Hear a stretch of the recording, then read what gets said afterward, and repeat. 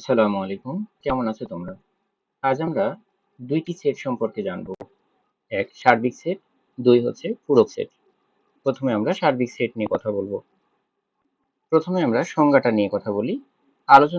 আলোচনা সংশ্লিষ্ট সকল সেট যদি একটি নির্দিষ্ট সেটের উপসেট হয়, তবে ওই নির্দিষ্ট সেটকে তার উপসেটগুলোর সাপেক্ষে সার্বিক সেট বলা হয়। সার্বিক সেটকে ইউ দ্বারা, ক্যাপিটাল ইউ দ্বারা প্রকাশ করা হয়। আচ্ছা, উদাহরণ নিই, তাহলে আমরা এই বিষয়টা আরো সুন্দর বুঝতে পারবো। এ একটি সেট নিলাম যার উপাদান 1, 2, 3। বি একটি সেট নিলাম যার উপাদান হচ্ছে 2, 3, 4। সি একটি সেট নিলাম তার উপাদান হচ্ছে 4, 5, 6। আচ্ছা, আমরা এই তিনটা সেট নিয়ে কাজ করছি। কোনো একটা সমস্যার সমাধান করার জন্য আমাদের এই তিন সেট ব্যবহার করা হয়েছে। এখন এখানে একটা আমরা সেট নিলাম, আলাদা একটা সেট নিলাম, সেই সেটের নাম দিলাম ইউ। যেই সেটের উপাদান 1, 2, 3, 4, 5, 6, 7। এখন দেখো তো, এই যে এ বি সি, এই তিন সেটের যেগুলো উপাদান আছে, সব উপাদানগুলো ইউ সেটের মধ্যে বিদ্যমান আছে। তার মানে আমরা বলতে পারি যে এ সেট, বি সেট এবং সি সেট, এই তিন সেটই হচ্ছে ইউ সেটের সাবসেট। তাই এই তিন সেটের সাপেক্ষে আমরা এই ইউ সেটকে সার্বিক সেট বলতে পারি। সার্বিক সেট বলতে পারি। আর সংজ্ঞাতে এই কথাটাই বলা হয়েছে যে আমরা যে সেটগুলো নিয়ে কাজ করব, এখানে আমরা এ বি সি নিয়ে কাজ করছিলাম, এই সেটের উপাদানগুলো কার মধ্যে আছে? এই যে ইউ সেটের মধ্যে বিদ্যমান আছে। সেই জন্য ইউ সেটের উপসেটগুলো কোনগুলো? A B C.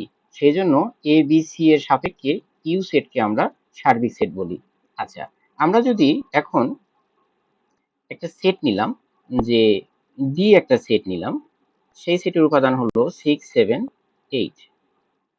এখন দেখো তো, ডি সেটটা কি ইউ সেটের সাবসেট? না, কেননা এখানে 8 আছে, যেটা হচ্ছে ডি সেটের মধ্যে বিদ্যমান নাই। তার মানে D set not subset to U set. তার মানে ডি সেটের সাপেক্ষে কিন্তু ইউ সেটটা হচ্ছে কি সার্বিক সেট না। শুধু এ বি সি এর জন্য ইউ হচ্ছে সার্বিক সেট। আশা করি বুঝতে পারছো। পরবর্তী সেট আমরা দেখব। পরবর্তী সেট বলছে পূরক সেট বা কমপ্লিমেন্টারি অফ সেট। সংজ্ঞাতে বলছে কি, ইউ সার্বিক সেট এবং এ সেটটি ইউ সেটের উপসেট। এ সেটের বহির্ভূত সকল উপাদান নিয়ে গঠিত সেটকে এ সেটের পূরক সেট বলা হয়। আচ্ছা, উদাহরণ নিলে আমরা জিনিসটা বুঝতে পারবো। তার আগে আমরা দেখি যে পূরক সেট আসলে প্রকাশ করে কিভাবে। আমরা যদি বলি এ পূরক সেট, তার মানে ওকে দুই ভাবে প্রকাশ করা যায়। একটা হচ্ছে এর উপরে সি দিয়ে, একে বলা হয় এ কমপ্লিমেন্ট, অথবা এর উপরে একটা প্রাইম চিহ্ন দিয়ে। এই দুই ভাবে আমরা পূরক সেটকে প্রকাশ করতে পারি। যে সেটের উপরে পূরক সেট থাকবে, অর্থাৎ যদি এখানে এ সেটের উপরে যেহেতু কমপ্লিমেন্ট আছে, তাহলে আমরা কি করব? ইউ সেট, আমরা কিছুক্ষণ আগে জানলাম ইউ মানে সার্বিক সেট, সেই সেট থেকে এ সেট বাদ। আমাদের এটা মনে রাখতে হবে। তার মানে এ কমপ্লিমেন্ট মানে হচ্ছে ইউ সেট অর্থাৎ সার্বিক সেট, সেখান থেকে এ সেটটা বাদ যাবে। আচ্ছা, আমরা উদাহরণ নিই।